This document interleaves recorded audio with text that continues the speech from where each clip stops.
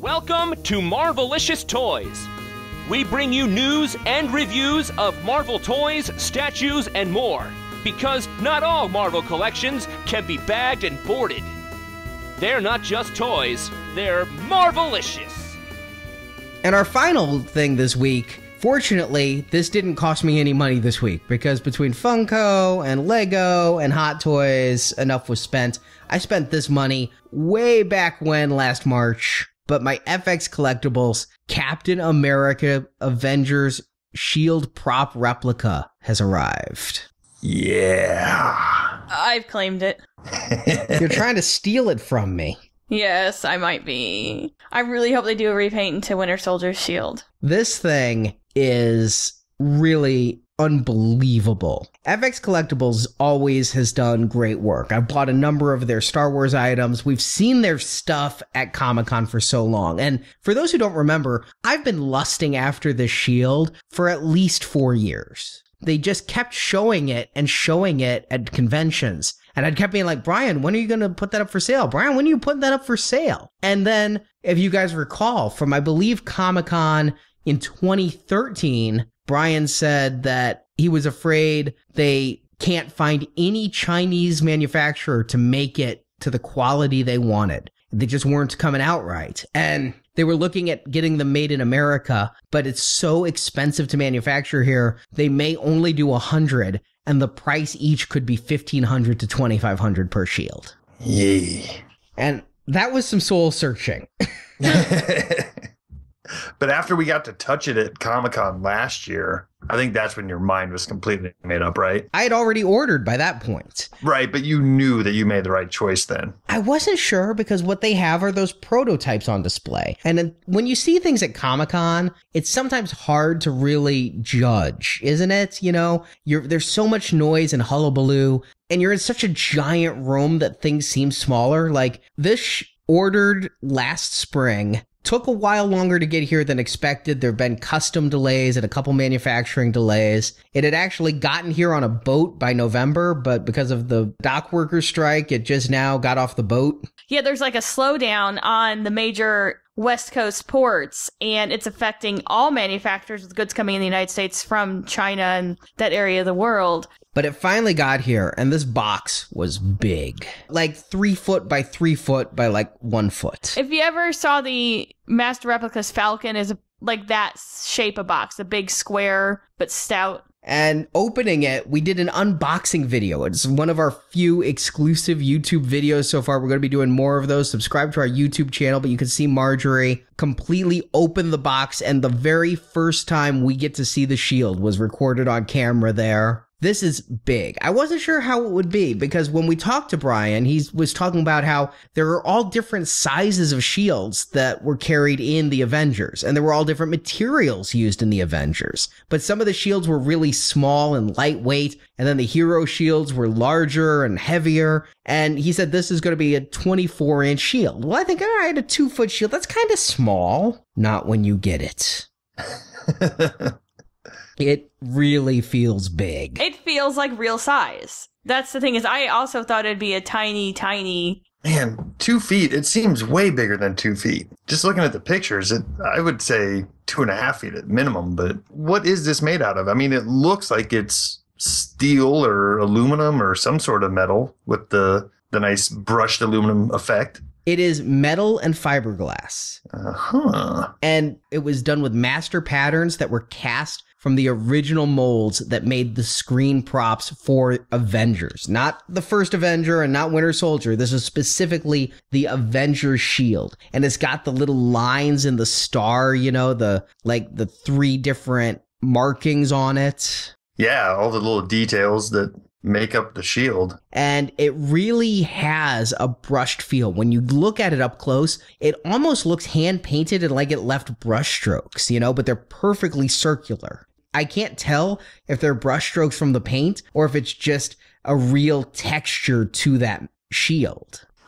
There's the ridges around the star and the ridges in the circles, and it just really feels three-dimensional. You think about a shield, that could really be two-dimensional, especially since this is made to be hung on a wall. But by adding those ridges and the way it reflects the light back out, it really has a three-dimensional feel. The straps on the back are genuine leather. And it really, when you turn it over, you see the front of the shield and you expect that to be really nice. But when they did the back and you realize this is a completely authentic prop replica down to the straps. Well, and even with the straps, if you notice, there's clearly a top because there's a smaller strap and a thicker strap. Hasbro could learn from this design.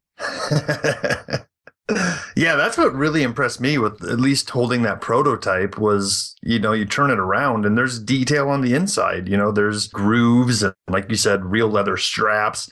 It feels like a real shield. I'm really happy with the way it is, and I love it. I'm not going to sit there and nitpick it. I think it looks good. It looks authentic. The back is phenomenal because I could hold it like I was Captain America. It was really heavy, though. It's around, I think, 11 pounds or so, and that is pretty hefty when you start putting that all on one arm carrying like that. I personally would be tempted to use it as a saucer sled. I mean, it's just so perfectly rounded and with the straps.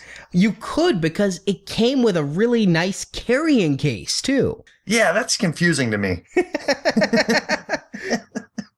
It's nice, but then when you stop and think about it, it's like, what's it really for? I have read a lot of people on FX Collectibles' Facebook page who bought this for cosplay. Oh, okay. I treat this like a museum quality piece, where no fingers must touch. Get the gloves if you are going to handle the shield. That kind of thing. They bought it to take to a con and add to their Captain America outfit and have the best looking shield they can have. And being cosplayers, maybe they'll, if they scratch it, touch it up themselves with their own paint or something.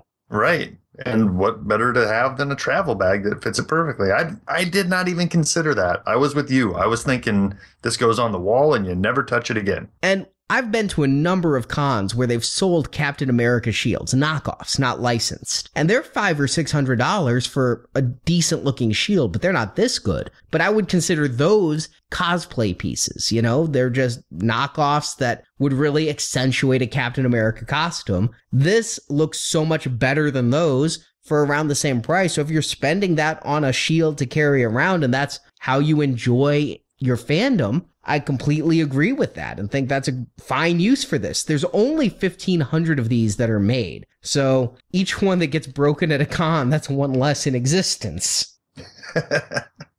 And I wonder if cosplayers who bought this may reconsider when I break the news a little bit later about its current value. But for now, that's, I think, why the carry case is there. I love having it because anytime I take this down from the wall, I don't have to necessarily put it back in the box. I can put this in this padded case and protect it enough. Only if I were shipping it or having movers move it would I really need to get the styrofoam box back out. Right. I wonder from our friends and listeners that might be drummers if they could recognize this as like a cymbal bag or something, or if this is really something that FX had manufactured just for the shield. You're right. Now that you mention it, it does have kind of just this was off the rack and they screen printed it feel. But it does the job, so there you go. The one complaint I have, and I only have one, is the display, because I'm not a cosplayer and I want this to be displayed as part of my collection. We discussed on a previous show the King Arts International Captain America Winter Soldier shields that they were doing.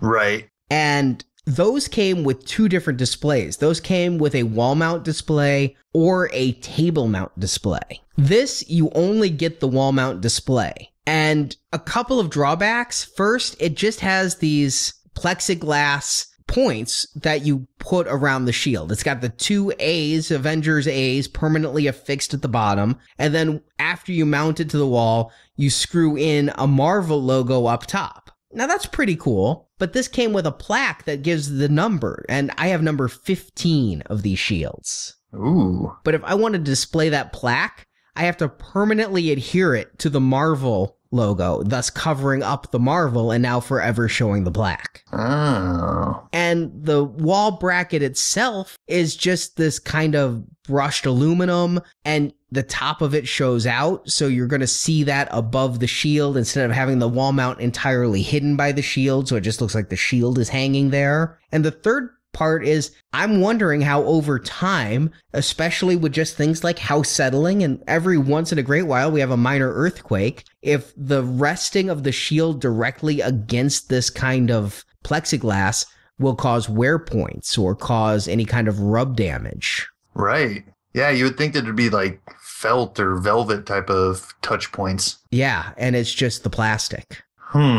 That's the only place I can ding it is I'm just not happy with the display options. The more pressure points you have, the more rubbing you have. I'd be really concerned about putting it in there without some sort of padding on the back of that. You're right. This is more and more sounding less and less like they think it's a collectible, more and more like it's a cosplay piece. Yeah. You might have to come up with some kind of custom way to display it, because that doesn't sound great with what it came with. Maybe something backlit. Put it in front of a sconce and have the thing glow from behind. That could be cool. It's a really thin shield. There's not a whole lot of curvature, so you'd almost have to have it further out from the wall and figure something out. The problem is the shield is a prop replica. There's nothing to hang it on unless I hang on the leather straps. No matter what, you're going to have something to brace it and to really brace the bottom. The other thing is being 2 feet. You think of 2 feet as small, but you try to find 2+ feet of wall space in an area that's not sunlit. I'm having trouble figuring out where I'm going to hang it. Yeah? I don't want to hang it in my theater because I don't want it to reflect the light, and it is shiny. And so I'm right now having to look. My office is kind of full of comic covers and original art. I'm trying to figure out where I'm going to put this. But yeah, it's funny, Arnie, because when we were talking about when it was stuck in customs, because FX Collectibles really did a good job of keeping their customers informed, we're thinking, oh, we could put it here, because you're like, it's only 2 feet, it's fine. Yeah, we have no place to put it. We do, but it's just a matter of finding the perfect place to show it off. Yes. I say, it can just be something I carry around with me. So you're going to cosplay at the next con? Not really. That's all. I don't have time to sew anything. We don't have any place to hang it, so you just have to carry it around. Yeah, it's really heavy though. I'd have like one Popeye arm and then one regular arm. It'd be cool to somehow fashion a backpack to it so you could just carry it on your back to make it functional at the same time. That would be really cool, but it would again still be uncomfortable on your back, I think. Yeah, an extra 11 pounds is never good. Especially at a convention. I just really love the King Arts International. If you buy the wall mount version, it comes with a frame and it's kind of felted and the frame has the hangers on it. Yeah, they did really nice display pieces for theirs. Well, this item, I was lucky to get it on the pre-orders. I was actually really worried because I mentioned that I thought they were only going to make 100. And then when they placed the order, it was a little confusing how many they were going to have up for order because they had a full pay option, which came with free shipping, which I jumped on because I'd rather save a little money by paying up front, or the $200 deposit and then pay more. Well, they were only doing, I think, 500 of the full pay option. And I thought they were only making 500 total. I was panicking. I was scheduling my entire meetings at work around this pre-order, but I'm glad I did. They are pre-sold out. They were available at Entertainment Earth for quite some time. Now they are pre-sold out. Every place I go is pre-sold out. This retailed for $600, and the cheapest right now on eBay would be $880 shipped. Yikes. Whoa. And looking at completed sold listings, they've sold as high as $1,500. Wow. That's almost triple retail that they've sold. And the regular sale price is around $950 to $1,000 on this piece now. We're not selling it, though. No, I'm not saying we're selling it. I'm just saying anyone who didn't get in on the pre-order, this is what you're probably looking at paying, unless you can find a comic shop that got an order in for one that's going to sell it at retail. Yeah. Well, it just goes to show there's a market for cap shields out there. I like Marjorie's idea for a display, though, and that's to take down a couple of my statues, find a new place for them. What was it you suggested I do in that area? Wait, I don't know what you're talking about. There was some sort of talk of the Loki scepter, and perhaps, did I say Thor's hammer? And I'm not a big Thor fan at all. But I thought on the back wall, you could take down those cube shelves we had put up, find another spot for Hulk, and I think there's a Cap up there, and an Ironmonger, maybe some other stuff. And you could have the Cap shield as the centerpiece and put Loki's scepter on one side and Thor's hammer on the other. Do I have a good wife? That sounds like permission to me. That is pretty awesome. Here's what's happened is they've made some really awesome collectibles and the market's not flooded. Yeah, but see, here's the problem is you're going to end up with these cool, already made one-to-one scale prop replicas that represent each character. And then you're going to get the Iron Man. And the only thing really that's to scale for Iron Man is that arc reactor in the glass dome. And I kind of like that. I actually don't mind that arc reactor in the dome. They are making like a light up helmet, but I just find that creepy. Yeah. Yeah, we already have that weird electro head.